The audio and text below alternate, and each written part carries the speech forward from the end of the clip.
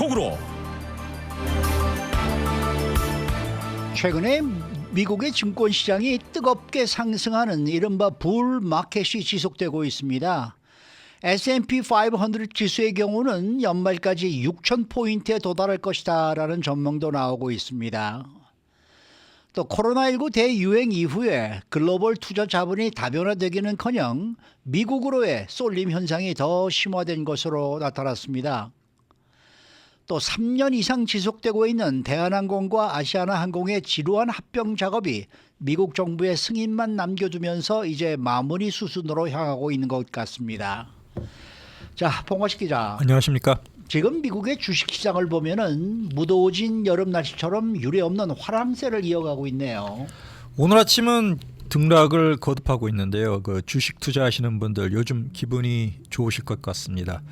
11월 대통령 선거를 앞두고 올해 하반기까지 이 같은 오름세가 이어질 가능성이 높다는 전문가들의 평가인데요. 미국 증시의 불 마켓, 즉 활황 장세가 당분간은 지속될 것으로 전망되고 있습니다. S&P 500 지수의 경우에는 올해 들어서 30번이나 사상 최고치를 경신을 했는데요. 나스닥 역시 최근에 최고치를 경쟁적으로 깨뜨리고 있습니다. 어제 일제히 랠리를 하면서 다우는 0.49%, S&P 500이 0.77%, 나스닥 0.95% 각각 상승했습니다. 월스트리트의 주요 투자 은행들 역시 연말 목표가를 잇따라 상향 조정을 하고 있는데 세계 최고 투자 은행인 골드만삭스도 목표 주가를 이제 계속 올리면서 S&P 스탠다드 푸어스 500은 지난주에 사상 처음으로 5,400선을 돌파했는데 앞으로 10% 정도는 더 상승할 여력이 있다. 그런 전망입니다. 네, 앞서 얘기하시면서도 올해 하반기까지 오름세가 계속될 것으로 지금 전망되고 있다고 하는데 그렇게 낙관적인 전망을 하는 근거는 어디에 있어요? 에버코어 보고서에 따르면은 기업들의 순이익이 지금 탄탄하다. 그 이후로 목표가를 상향한다고 설명을 했는데요. 네. 지금 현재 미국의 인플레이션 상당히 둔화되고 있고 연준 역시 금리 인하 의지를 표명하고 있는데 경제 성장 전반적으로 좀 좋은 편이랍니다. 그리고 연준의 대표적인 인플레이션 매파로 분류되고 있는 카시카리 미니애폴리스 연준 총재 역시 이렇게 말했죠. 올해 안에 한 차례 금리 인하가 가능하다. 그리고 인공지능에 따른 생산성이 향상되는 것도 역시 증시 낙관론의 그 근거가 되고 있습니다. 네. 현재는 모든 사람이 다 AI 인공지능 얘기를 하고 있는데 네. 모든 일자리와 산업 부문에 영향을 미치고 있으면서 AI 생산성이 향상되면 지금의 높은 주가 밸류에이션을 정당화시킬 수가 있어가지고 랠리가 오랫동안 더 지속될 것이라는 낙관론입니다. 한마디로 간단히 설명드리면 미국 증시가 AI 특수에 힘입어서 당분간은 올라갈 가능성이 크다는데요. 대학교도 역시 지금은 컴퓨터를 바탕으로 한 인공지능 관련 전공자들이 앞으로는 초봉 40만 달러 이상 무난하게 받을 것이라는 전망도 나오고 있습니다. 초봉이 40만 달러 이상이에요? 예, 초봉이요. 인공지능 관련 글쎄 컴퓨터 말이야. 관련. 아무리 그래도 그렇지 어떻게 그렇게 많이 받지? 자, 다음 소식입니다. 세계적인 코로나19 사태 이후에 글로벌 투자 자본의 미국 집중 현상이 오히려 더 커졌다. 이런 이 진단들이 나오고 있더라고요. 역시 미국 그리고 달러화 위력은 무시할 수가 없는 저력을 지니고 있는 것 같습니다. 사실 팬데믹 이전에 즉 2019년만 해도 미국 이외의 지역으로 투자처를 안전하게 분산시켜서 다변화시켜야 된다는 이른바 달러화 움직임이 강했는데요. 팬데믹 이후에는 연방준비제도가 고금리 기조를 지속하면서 외국 자본이 중국과 같은 신흥국에서 미국으로 이동하고 있다는 것입니다. 블룸버그 통신이 IMF의 요청에 분석한 자료를 보면 팬데믹 이후였던 2021년에서 2023년 지구촌의 국경 자본 흐름에서 미국이 차지하는 비중이 33%로 집계가 됐습니다. 전체 3분의 1이죠. 이 같은 수치는 팬데믹 이전인 18%에 비해서 2배 가까이 늘어나는 것인데 똑같은 기간 동안에 미국에 들어온 외국인 투자액이 국내 총생산 GDP의 약 1.5%에 달했다는 것입니다. 그 이유로는 미국의 고금리 그리고 러시아의 자산 동결 조치, 조 바이든 행정부의 산업 지원 정책을 이런 것들 때문에 글로벌 투자 자본이 미국으로 쏠리고 있다는 것입니다. 미국의 강력한 경제 성장도 외국인 투자 자금 유입을 부르고 있는데 세계은행 월드뱅크는 지난주에 미국의 올해 2024년 경제 성장률 전망치를 지난 1월 달보다 0.5%포인트 상향 조정한 2.5%로 제시했습니다. 상당히 높은 수치죠.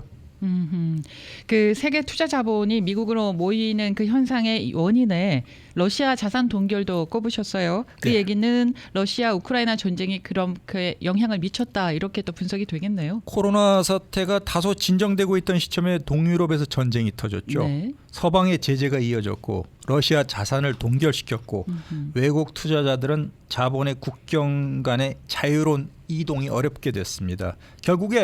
결론적으로 그래도 미국이 안전하다. 안전한 미국으로 투자를 하자. 이런 쏠림 현상이 가속화되는 결과로 이어졌습니다. 네.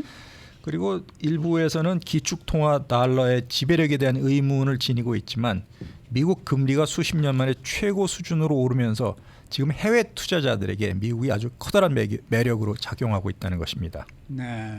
그런데 뭐 러시아 사태 외에도 지금 중국과의 경쟁이 또 이런 흐름에 한몫을 한다라는 얘기도 있더라고요. 네, 전임 도널드 트럼프 행정부 이후에 중국 때리기가 시작됐는데요. 지금 조 바이든 행정부까지 이게 지속이 되고 있습니다.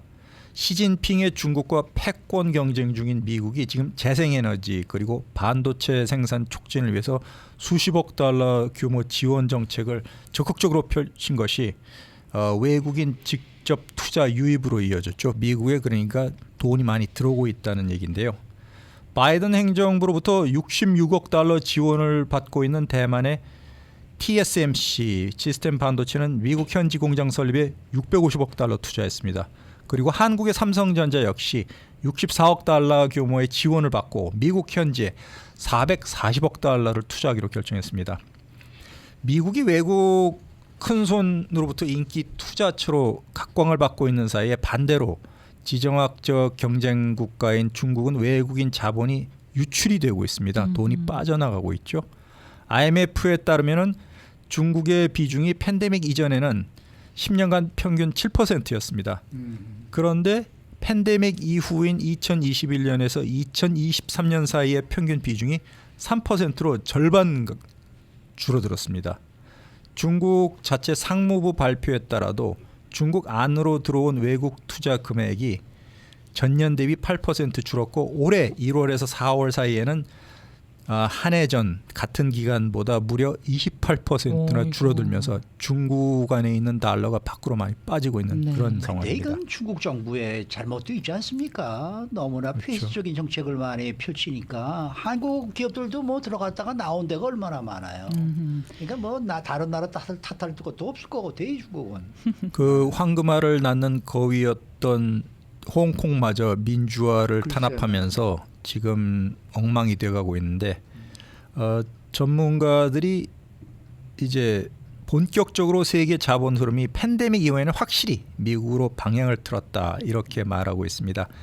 해외 투자자들 관심이 미국으로 쏠리면서 신흥국으로 유입되던 자금이 고갈되고 미국으로 몰리고 있다. 그럼 앞으로도 계속 미국으로 몰리게 될까요? 어떻게 될까요? 그러면 일단 11월 달에 대통령 선거가 있지 않습니까? 네. 그 선거 결과가 자본 흐름 전환의 분수령이 될 것이라는 전망입니다. 연준이 이제 올해 안에 기준금리를 내리고 그렇게 되면 미국의 자산 투자 수익률이 떨어지겠죠. 금리가 내려가면. 그러면은 미국에서 외국으로 빠지는 자본 유출이 이루어질 수도 있다는 것입니다.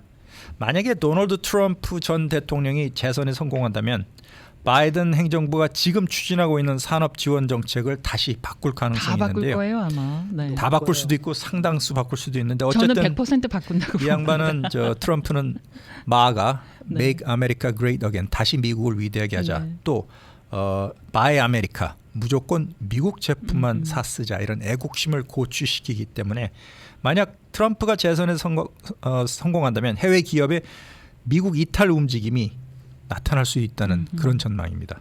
네. 지금도 뭐 산업계에서는 트럼프가 대통령이 됐을 때를 대비해서 지금 대비하고 있다 이런 소식도 보험 들리잖아요. 드러나야죠. 예. 자, 이 3년 동안 이상이나 지속되고 있는 이 지루한 대한항공과 아시아나의 합병 소식, 이제 마무리 수술을 좀 접어드는 것 같네요. 네, LA를 포함한 남가주에 살고 계신 많은 한인 청취자 여러분들 대부분 대한항공 또는 아시아나 항공 회원이시고 또 마일리지를 지니고 계실 것으로 짐작이 되는데요. 만약 이 두 회사가 하나로 합병이 되면 내 마일리지 어떻게 되냐 굉장히 지금 걱정이에요. 초미의 네. 관심사로 떠오르고 있죠. 저같이 마일리지가 별로 없는 사람은 상관이 없는데 대부분 그 국적기를 애용하시는 애국자 동포 여러분들은 아마 이 마일리지에 관심을 많이 두실 겁니다. 대한항공 측에서는 별 소비자의 피해가 없다 주장은 하고 있는데 가봐야 알겠죠. 그 오는 10월 달까지 걸림돌이 유일한 게 미국 정부의 승인인데요. 이 미국 정부의 승인이 나도 실질적으로 아시아나와 대한항공이 완전한 통합을 이루기 위해서는 앞으로 2년 이상 더 시간이 걸릴 듯합니다. 네. 어쨌든 그 여러 가지 고비를 남기고 이제 미국의 합병 승인만 남았는데요. 화물 부문에서 아시아나항공 화물 사업을 매각을 하고 여객 부문에서는 저비용 항공사인 T-웨이 항공이라고 잘 모르시겠지만 아주 대한민국의 자그마한 저가 항공사가 있습니다. 이곳이 대한항공으로부터 유럽의 4개 중복 노선을 이관받아서 실제로 운항을 개시하는 것이 또 합병 조건이었습니다. 네. 북미는 아니고 유럽의 4개. 예, 싸게 유럽을 갈 수 있다는 네. 것이죠. 대한항공보다 저렴한 가격으로. 이제 유럽의 최종 승인을 위한 조건은 다 만족시켰고요. 아시아나 대한항공 합병까지 이제 미국 당국의 승인 한 가지 남겨뒀습니다. 10월을 목표로 14개 필수 신고 국가 가운데 미국을 뺀 13개 나라의 승인을 대한항공이 합병을 위해서 이미 받아놓은 상태입니다. 앞서 얘기하시면서 완전한 합병 때까지는 2년 정도 시간이 더 걸릴 거다라고 얘기를 하셨잖아요. 네. 그러면 그때까지 이 두 국적 항공사 운영은 어떻게 되는 거예요? 네, 이것도 역시 마일리지 못지않게 상당히 미래가 불투명한 상황인데요. 예. 그 대한항공 대표이사를 겸임하고 있는 조원태 한진그룹 회장 최근 블룸버그 통신과 기자회견을 가졌습니다. 네. 10월 말까지 늦어도 미국으로부터 아시아나와의 합병에 대한 승인을 받을 예정이다 이렇게 밝혔는데요. 네. 미국 당국의 승인이 있다 하더라도 대한항공, 아시아나항공 완전한 통합까지는 최소 2년 걸릴 것으로 보입니다. 워낙 네. 법적으로 복잡한 문제가 많이 걸려 있어가지고요. 이때까지는 대한항공과 아시아나항공이 독립적으로 따로 운영될 예정입니다. 당분간 최소 2년 동안. 이후에 이제 통합 대한항공, 아마 아시아나항공이란 이름이 사라지고 두 회사가 합치면서 기존의 대한항공 이름을 통일 명칭으로 쓸 예정인데요. 이 밖에도 대한항공 자회사가 있죠. 진에어, 그리고 아시아나 자회사는 에어 부산이 있고 또 에어 서울이 있습니다. 이 자회사 3개가 저비용 항공사인데 요 세 회사 또 따로 통합 절차를 앞으로 해야 되는 그런 상황입니다. 자, 다음 소식인데요. 지난달 이 뉴욕의 12명으로 구성이 된 맨하탄 형사법원 배심원단이 심사 이틀 만에 이 트럼프 전 대통령에게 유죄 판결을 내렸습니다. 이 성관계 입막음용으로 지불한 13만 달러, 여기에 또 관련된 34개 혐의 전부가 만장일치로 인정이 됐는데 이 다음 달 11일에 이제 판사가 형을 선고하게 되겠는데 전망은 지금 어떻게 나오고 있습니까? 네, 미궁에 빠져 있습니다. 배심원단의 유죄 판결과는 달리 구체적인 형 선고 전망은 지금 언론계마다 다 따로 추정하고 있는데요. 중형이 선고될 것이다. 네. 아니면 그렇지 않을 것이다. 설왕설래하고 있습니다. 청취자 여러분들도 아시다시피 8년 전 대선 직전에 포르노 배우인 스토미 데니얼스에게 트럼프 그 당시 대통령 후보가 성관계를 가진 사실을 함구해 주는 대가로 13만 달러를 줬는데 이 돈을 개인 포켓이 아니라 회사 장부의 법률 비용으로 거짓말로 기록한 혐의로 기소돼서 지난 4월부터 재판을 받아왔었죠. 결국 검찰은 이는 대통령 선거에 영향을 미치려는 중범죄였다면서 조작 행위 34개를 다 기소했는데 다 유죄 판결을 받았습니다. 트럼프 대통령이 가정을 지키기 위해서 돈을 줬다고 주장을 해왔는데 그게 결과적으로 거짓말로 판명이 됐는데 네.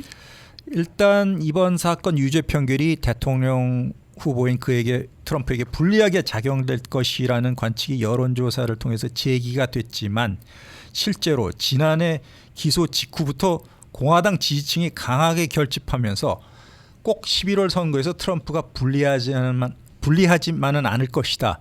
지지층이 더 결집할 것이다. 이런 여론도 있는 상황입니다. 결과를 뚜껑을 열어봐야 알 것 같습니다. 한 가지 흥미로운 거는요. 역대 대선을 보면 아주 가벼운 스캔들에도 후보들이 낙마를 했거든요. 그런데 도널드 트럼프는 왜 이렇게 건재한지 모르겠어요. 기대 수준이 워낙 트럼프에 대한 기대 수준이 낮아서 그런지는 모르겠습니다만은.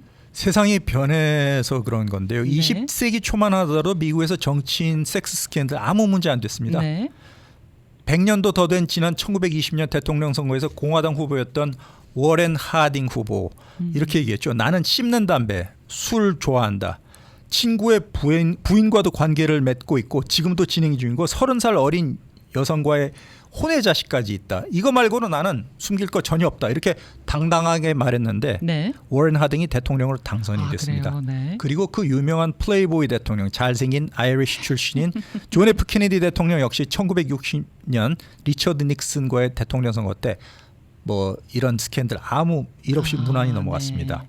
그런데 왜 갑자기 미국이 이렇게 바뀌었냐? 닉슨 대통령 워터게이트 추문 이후에 분위기가 바뀌었습니다. 네. 대통령이 스캔들로 사임한 뒤에 권력 감시가 하나의 미국의 문화가 됐습니다. 언론마다 앞다퉈서 이후부터는 정치인들을 현미경처럼 검색을 했고요. 황색 언론이 또 이 섹스 문제를 집중적으로 파고들면서 매출을 올렸습니다.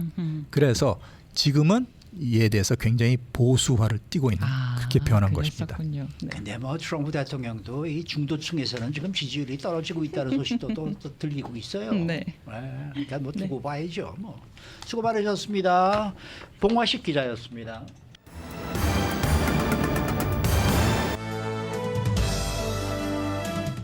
인사이드 아메리카. 네, 캘리포니아주의 유권자들이 과연 어디에서 선거 정보를 얻는지에 대한 여론조사 결과가 새로 발표됐습니다. 조사 결과 상당수 유권자들은 신뢰를 하지 않는다라고 이야기를 하면서도 소셜미디어를 통해서도 선거 정보를 얻는 것으로 나타나고 있습니다. 오늘 뉴욕타임스가 한국의 개 모임 문화를 집중 조명했습니다. 이 신문은 특유의 교류와 신뢰 문화에 기반된 개 모임에서 절친이 생긴다라고 보도를 하고 있는데요. 또 그런가 하면 샌디에고가 요가와의 전쟁에 나섰습니다. 샌디에고는 공공장소에서의 요가 강습을 규제하겠다고 발표했습니다. 박현경 기자. 네, 안녕하십니까. 이거 캘리포니아주 유권자들이 주로 선거 정보를 어디에서 얻는지에 대한 여론조사 결과가 발표됐네요. 네, UC 버클리 정치학연구소가 캘리포니아주 유권자 5,000명 이상을 대상으로 조사를 실시해서 그 결과를 오늘 아침 LA 타임스가 전했습니다. 영어 비롯해서 한국어, 중국어 뭐 이런 다국어로 조사가 이루어져서 이 조사 대상자에는 한인 유권자들도 포함됐음을 짐작해 볼 수 있는데요. 가장 많은 비율은 이 캘리포니아주에서 제공하는 공식 투표 안내서에서 선거 정보를 얻는 걸로 나타났습니다. 그 다음이 신문 또는 잡지, 그리고 검색 엔진 이렇게 거의 비슷한 비율이었습니다. 구체적인 답변 수치 한번 짚어볼까요? 네, 캘리포니아주 공식 투표 안내서에서 정보를 얻는다는 유권자는요. 전체 10명 가운데 6명꼴 58%에 달했습니다. 그리고 신문이나 잡지에서 선거 정보를 얻는다는 답변 정확하게 10명 가운데 4명꼴 40%였고요. 구글과 같은 검색 엔진을 통해 찾는다는 응답은 그보다 1% 적은 39%였습니다. 그런데 이번 조사에서 눈에 띄는 점이 선거 정보를 또 소셜미디어를 통해 얻는다라는 비율이 또 상당히 많더라고요. 그렇습니다. 전체 32%가 소셜미디어를 통해서 선거 관련 정보를 얻는 것으로 파악됐습니다. 비율로 보면 가장 적긴 했습니다만 이 비중도 무시할 수는 없는 정도인데요. 검색 엔진을 통해 정보를 얻는다는 비율보다 단 7%가 적은 수치였습니다. 네, 소셜 미디어도 종류가 많잖아요. 주로 어떤 소셜 미디어를 이용을 하는 건가요? 주로 많이 사용하는 소셜 미디어들 가운데 어떤 소셜 미디어를 통해 선거 정보를 알아볼까 보니 가장 많이 쓰는 건 역시나 유튜브였습니다. 유튜브, 네. 유튜브 다음이 페이스북이고요. 그 다음 인스타그램, 그리고 X, 이전 트위터죠. 네. X, 그리고 틱톡 순이었습니다. 근데 이처럼 소셜 미디어를 통해서 선거 정보를 얻을 때 특이한 점이 두드러진 게 하나 있죠. 네, 소셜 미디어 통해서 선거 정보 찾아본다고 답한 유권자들조차도 그 정보를 신뢰하지 않는다는 의견이 대다수였습니다. 그걸 참고는 하는데 신뢰는 하지 않는다. 네, 이 소셜 미디어에서 해당 소스에 대한 잘못된 정보가 주요 문제, 크게 문제가 된다라고 생각한 유권자가요. 전체 10명 가운데 6명꼴, 60%나 됐습니다. 네. 또 다른 22%는 사소한 문제가 된다고 봤습니다.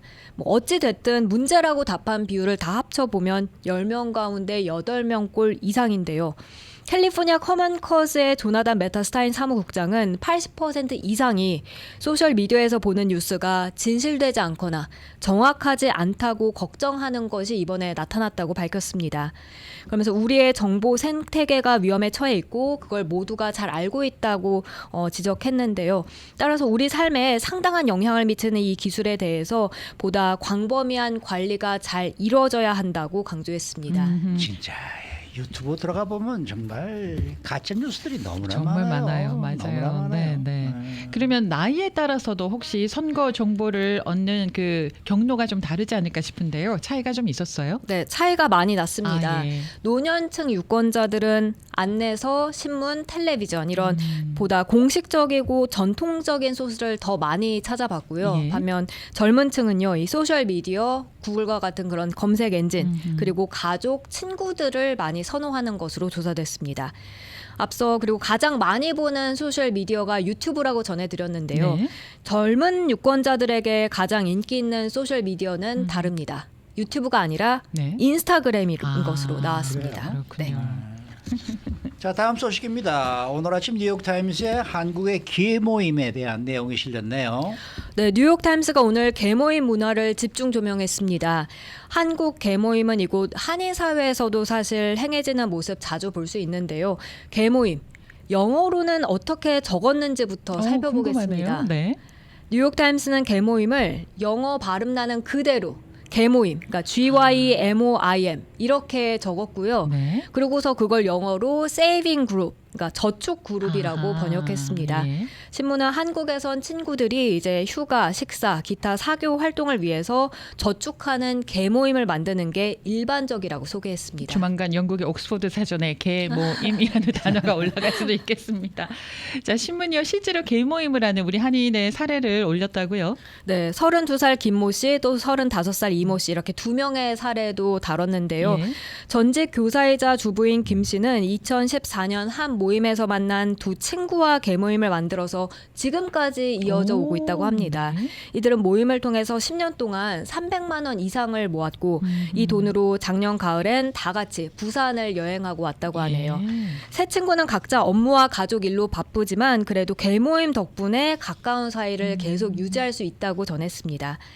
그런가 하면 영어학원 조교로 일한다는 이 씨도 고등학교 시절 친구들과 매달 5만 원씩 내는 개모임을 한다 하는데요. 네. 이들은 그렇게 모은 돈을 1년에 몇 차례 만나서 뭐 고기를 먹거나 치맥 모임 이런 걸 하는데 쓴다고 했습니다. 처음에는 그냥 놀려고 모였는데 네. 모두 일을 시작하면서 미래에 대해서 좀 더 많이 생각하게 됐다면서 그래서 뭐 결혼식이나 장례식 이런 인생의 중요한 행사를 할 때도 서로 지원하고 있다고 말했습니다. 아, 제 지인분 가운데 돈이 정말 하나도 없었는데 결혼을 해야 돼서요. 급하게 개모임을 만들어가지고 그래서 결혼 비용을 충당을 했다고 합니다. 아주 성공적인 개모임이잖아요, 그죠? 네. 근데 이 기회 모임이 작동할 수 있는 배경도 이번에 뉴욕타임스가 설명을 했는데 그 꼽은 배경은 뭐예요? 한국 특유의 교류 그리고 신뢰의 문화를 꼽았습니다. 믿음. 네. 그 예로 든 게 우리 한국인들한테는 너무나 친숙한 생활 방식입니다. 카페 가서 이 테이블에 그냥 가방 같은 거, 지갑 같은 거 놔두고 화장실 다녀오는 것. 사실 LA나 뭐 미국 같은 데서는 상상하기 힘든 모습인데요. 우리는 자리가 중요하거든요, 한국에서. 네, 근데 서울 한 커피숍에서는 이제 가방, 노트북, 크레딧 카드 그런 현금이 가득 든 지갑을 이제 테이블에 그냥 놔둔 채 화장실에 갔다 와도 네. 돌아와서 그걸 제대로 있는지 다시 확인해 볼 필요가 없다고 신문은 전했습니다. 네. 그리고 계모임에 있어서는 한국 사회의 집단적인 성격도 한몫한다라고 이렇게 평가를 내렸다면서요? 네, 신문은 신은철 카이스트 경영공학부 교수의 설명을 전했습니다. 네. 만약 자신이 오래 알던 친구에게 돈을 빌리고 갚지 않았을 때 그 예. 친구 이제 다른 사람들에게 이 사실을 알릴 테고요. 그럼 결국 지역 사회에서 배척될 것이라면서 이런 한국 사회의 그렇죠. 집단적인 성격을 강조했습니다. 바로 왕따죠. 네, 나아가서 뉴욕타임스는 한국에는 계모임 관행에 맞춘 계좌 상품까지 있다고 전했는데요. 아, 네. 예금주가 친구들과 계좌를 공유할 수 있는 인터넷 은행, 이 카카오뱅크의 모임 통장 서비스도 신문은 소개했습니다. 신문은 한국 사회에서 계모임을 잘 작동하게 해주는 문화적 전통이 서구 문화에는 존재하지 않는다고 보도했습니다. 참여하는 사람들을 잘 알지 못한다면 이런 계모임과 같은 공동 자금 운용은 미국에선 약간의 그런 도박이 될 수 있다고 평가했습니다. 이게 네. 너무 좀 좋게만 써줬네요. 금액이 커지면은 꼭 깨집니다. 깨지죠. 네, 개주가 어디 가고. 조심하셔야죠. 예전에도 이거 LA 한인 사회에서도 개돈 떼어먹고 도망간 사람들 얼마나 많았게요. 그리고 그때는 이제 비즈니스를 시작하기 위한 자금으로 개를 굉장히 많이 활용을 하셨더라고요. 말도 못하게 많았죠 여기 네. LA에. 네. 그리고 또 이 계모임으로 생긴 이 목돈 있잖아요. 이거 세금 보고를 어떻게 하느냐에 따라서도 논란이 있었다고 하는데 이게 잘 해결이 됐다고 조금 있으면 들었습니다. 우리 CPA 어르신 오시니까 한번 여쭤보십시오. 여쭤봐야 되겠습니다. 자, 마지막 소식. 샌디에이고가 요가와의 전장에 나섰다. 이건 또 어떤 내용입니까? 네, 요가 인기는 이미 오래됐습니다만 최근엔 소셜 미디어 같은 걸 통해서 요가하는 사진, 영상 같은 게 많이 올라오면서 도시 여러 공공장소들에서 그런 촬영이 막무가내로 이뤄지기도 하고요. 뭐 꼭 촬영은 아니더라도 사실 그런 공공장소에서 요가 클래스도 많이 진행됩니다. 네. 샌디에고도 그중 하나인데요. 샌디에고의 석양 명소로 잘 알려진 선셋 클리프 공원 등에서 여러 명이 모여서 요가를 합니다. 그런데 요가의 성지로 부상한 이 샌디에고 여러 공공장소에서 요가 강사들, 이 수강생들이 과도하게 몰리다 보니 결국 샌디에고는 규제를 강화키로 한 겁니다. 네. 요가 클래스는 주로 경치 좋은 곳에 딱 자리 잡고 하잖아요. 맞아요. 그러면 규제를 어떤 방법을 한다는 건가요? 샌디에고 시당국은 올해 해변, 공원 이런 공공장소 내 요가 클래스를 제한하는 조례를 통과시켰습니다. 네. 그래서 샌디에고에서 앞으로 그런 요가나 피트니스 강습을 하려면 지정된 장소에서 사전 허가를 꼭 받은 뒤에 진행해야 하겠습니다. 만약 이걸 어긴다면 공원 관리 공무원들이 직접 단속에 나서서요. 요가 강사들에게 벌금 티켓을 부과하게 됩니다. 샌디에고 공무원들은 지난달부터 이미 허가받지 않은 요가 강사들을 적발하기 시작했습니다. 아이고 중국 가면 뭐 곳곳에서 이 태권권 하고 있잖아요. 맞아요. 뭐 그런 걸로 따지면 그냥 괜찮을 텐데 뭐 이렇게까지들 그러는지 모르겠네. 수고 많으셨습니다. 고맙습니다. 네, 박현경 기자였습니다.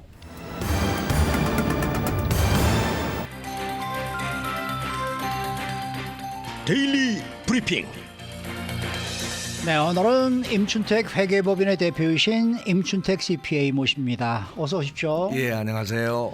지난 회에는 어떤 것들을 수입으로 보고를 해야 하고 어떤 것들을 세금 보고할 때 공제를 받을 수 있는지에 대해서 알아봤는데 오늘은 또 이자 소득과 이자 경비 이게 세금 보고 시 어떤 연관 관계가 있는지 좀 알아보도록 하겠습니다. 특별히 개돈과 관련해서. 네. 예, 잠시 전에 그 박형규 기자가 말입니다. 오늘 뉴욕타임스에 그 이 계모임 얘기가 실렸거든요. 그래서 이제 우리 임 선생님이 오시면은 저희가 여쭤보려고 지금 이제 기다리고 있는 게 있습니다. 예. 갯돈 예. 이거 세금 내야 됩니까? 그걸 먼저 이야기해버리면 앞에 데피니션을 먼저 좀 이야기하고 그래. 그다음에 이제 뒤에 예. 들어가가지고 갯돈의 문제 그다음에 아버지가 아들한테 돈 빌려주는데 아하. 난 인트레스트로 아들이 지금 비즈니스를 하고 있는데 굉장히 어려워. 예. 그래서 내가 100만 불이 돈 있어. 100만 불 아들한테 빌려준다고. 네네. 야, 노 인트레스트로 하자. 계약까지 다 쓰고 노트까지 다 써요. 네. 근데 IRS는 인정 안 하려고 그래. 문제가 생기면은. 아. 아버지의 계산된 소득이 있을 건데 보고를 안 했다는 뜻이에요. 그래서 FRB 정도의 이자는 계산을 해서 부과하는 경우가 있어요. FRB 정도라는 게 무슨 의미인가요? 보통 이 FRB 이자가 한 5% 되지 않습니까? 네네네. 그 5% 정도는 아버지가 5% 받았다고 이걸 인정을 받았다는 하고 걸 생각해야 된다는 생각을 하고 세금을 내라. 왜냐하면 아니 아버지가 아들하고 노 인트레스트 할 수도 있잖아요. 그럼요. 왜냐하면 힘드니까 무슨 네네. 이자까지 받아요. 네네. 근데 그걸 인정 안 해줘요. 그러면 인정을 안 해주면 응. 부득이 나 안 받았다고요. 안 라고. 받았다 하더라도 받은 걸로 취급하고 그만큼 세금을 내라는 뜻이에요. 뭐 그런 게 어디 있어요? 안 받았는데. 아니야. 안 받았다는 게 미국에 중요한 게 있어요. 아니라 미국에 안 받은 게 중요한 게 아니라 네. 거기에서 발생할 거라고 생각했는데 네. 특수한 관계 때문에 탄류를 한 것 아니냐 이렇게 보는 거야. 이 아는 사람들한테 돈 꿔주는 것도 조심해야 되겠네. 그러네요. 그게 공짜라고 하는 것은 받아야 될 금액과 줘야 될 금액에 대한 이자의 개념이 무시가 돼버린 것이라는 이야기죠. 박세리 아버지는 세금 무지무지하게 떼먹은 거네. 그럴 수도 세금 있죠. 냈어야 되는 건데 안 내니까. 그럴 수도 있죠. 그럴 수도 있죠. 아, 그래서 자, 네. 지금 이 얘기를 좀 계속해 예. 주세요. 우리가 지금 비즈니스를 하시는 분들이나 개인 생활을 할 때 돈에 관련된 일은 굉장히 많이 있죠. 그럼요. 내가 돈이 많으면은 어디다 두겠어요. 캐시로 집에다 넣어 위험하고 안 돼. 은행에 있다 갖다 넣잖아요. 그렇죠. 그다음에 은행에 있다 갖다 넣으니까 이자가 적으니까 네. 어떤 사람들은 이자를 많이 주겠다고 하는 사람한테 유혹을 받아가지고 문제가 생기는 경우는 많이 있죠. 말이죠. 그리고 은행은 또 그 돈을 가지고 좋은 대출을 해서 어허. 은행이 생존할 수 있어야 되는데 요즘은 또 은행도 어디다가 대출을 해줄 것 같아요. 요즘 뭐 상업용 부동산에 할 수도 없는 문제고 글쎄 말이에요. 굉장히 어려운 상황이 있는데 자 그러면 이자에 관련된 스토리 중에서도 이자 지출에 관련된 이야기들을 먼저 시작을 하고 그다음에는 이자 수입에 관련된 예, 이야기도 예. 한번 오고 그다음에 갯돈에 대한 이야기도 하고 이런 식으로 순서를 맞춰가려고 합니다. 네. 이자 지불은 내가 돈을 빌려서 가지고 돈을 지급을 했으면 반드시 다 그것이 과거에는 디덕터블을 해줬어요. 맞아요. 개인 사용 들어서 우리 좋았어요, 최영영 아주. 앵커님도 옛날 한 30년 전만 해도 인트레스트 자동차 인트레스트 웬만한 거다 됐어요. 지불하는 거 그다음에 크레딧 카드 이자 다 디덕터블 다 됐어요. 디덕터블. 그런 세월이 있었어요. 그런 시대는 있었어요. 아, 부럽습니다. 근데 이제 그걸 전부 다 없애버리고 지금은 뭐 특별한 거 몇 개. 예를 들자면 개인 차용으로 한 경우를 먼저 말씀드리는데 첫째 집을 살 때 옛날에는 무한정으로 200만 불짜리를 사든 100만 불짜리를 사든 거기에 80% 융자를 받기만 하면은 거기에 대한 모든 이자가 공제가 됐어. 그렇죠. 그러니까 200만 불짜리 하는 사람들은 80%를 받더라도 160만 불을 이자 소득으로 공제를 했으니까 160만 불에 1년 이자면 5%만 해도 8만 불, 9만 불의 그렇죠, 디덕션을 그렇죠. 했어요. 예. 2017년도에 트럼프가 들어와서 너 75만 불까지만 해줄게. 75만 불에 한 5%면 한 3만 불, 4만 불까지만 돼.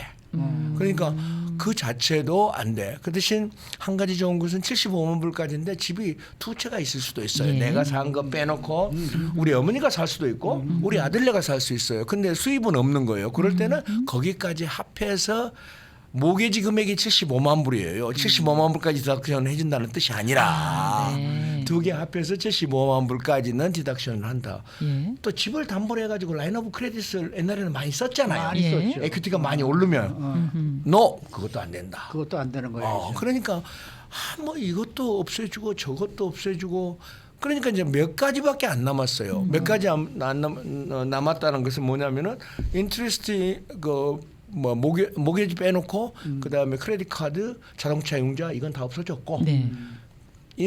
스튜던트 론에 대한 이자는 업투 2,500불까지. 스튜던트 론 이자액이 2,500달러. 이자액이 2,500불. 그다음에 수입이 한 15만 불 정도면 그것도 없어지고.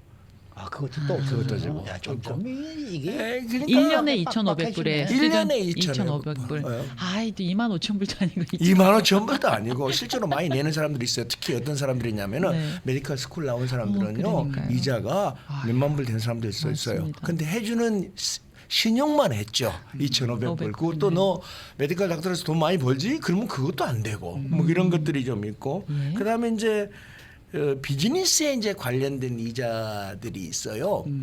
비즈니스는 그 자체가 돈을 버는 액티비티 아닙니까? 그렇죠. 그 돈을 버는 액티비티니까 상당 부분 인트레스트 익스펜스는 경비로 인정이 돼요. 아까 앞에서 부르는 것은 개인 소비 생활에 관련된 것들은 다 안 해주지만 예. 비즈니스 액티비티에서 내가 돈을 빌려 가지고 거기다가 인벤토리를 사고 거기에 장비를 사고 비즈니스를 하는데 생기는 이자는 100% 디덕터블이 돼요. 그게 비록 크레딧 카드로 들어왔든지 예. 또 비즈니스 장비로 자동차를 살 수도 있잖아요. 그렇죠. 이런 것들은 전부 비즈니스 익스펜스로 된다. 2017년도에 뭐 너무 큰 대기업들은 조금 그 인트레스트 제한 법령이 있지만은 그건 특수한 사람들의 이야기고 일반인들의 이야기는 비즈니스에 관련된 모든 비즈니스 익스펜스, 이자 익스펜스는 디덕터블이 된다고 생각하면 됩니다. 자, 그러면은 이자 수입에 대해서 이자 수입을 우리가 이야기를 좀 해야 되죠. 예.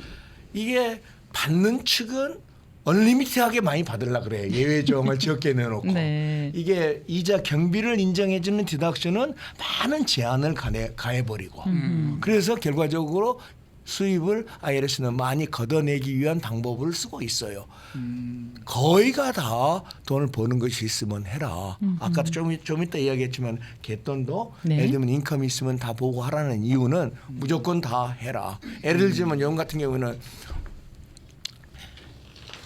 뱅킹 어카운트 하나 트세요. 네. 라고 하면은 300불 보너스를 주겠습니다. 뭐 이런 것들도 있어요. 막 500불짜리도 있고요. 지금 다 그런 것들도 이자로 생각하고 돈을 내라. 그렇게 법이 되어 있습니다. 근데 그 중에서도 이제 고소득자들한테는 건 연방 36%, 37%, 그다음에 주정부야 10% 따지면은 인컴이 1불당 50센트의 세금이 나가는 사람들한테는 예. 그런 수입이 있는데 주정부에서 발행하거나 시정부가 발행하는 무니시팔 펀드 이런 것들을 사면은 페더럴에서는 면세를 해줘요. 그래서 그것을 특화해가지고 주정부나 지방정부에서는 채권을 발행해요. 그런데 정상적으로 돈을 많이 주고 세금 혜택을 주면은 모르지만은 그걸 감안해서 이자를 적게 줘요. 그 사람들한테. 예를 들면 우리가 보통 한 5% 받지 않습니까? 그런 데는 뭐 2.5%, 3%밖에 안 돼. 왜? 너 텍사블 이자로서 돈을 적게 내지 않냐? 그래가지고 세금을 또 많이 아주 내게 하는 세밀합니다. 구석구석. 그러니까. 자, 그러면 다시 갯돈으로 갯돈으로 넘어가서 넘어가죠. 일반 개인 간의 거래니까 그걸 디텍트하기가 쉽지는 않죠. 네. 뭐 최영호 부장이 뭐 저거 개인 거래 관계에서 뭘 좀 했다고 해도 누가 아느냐.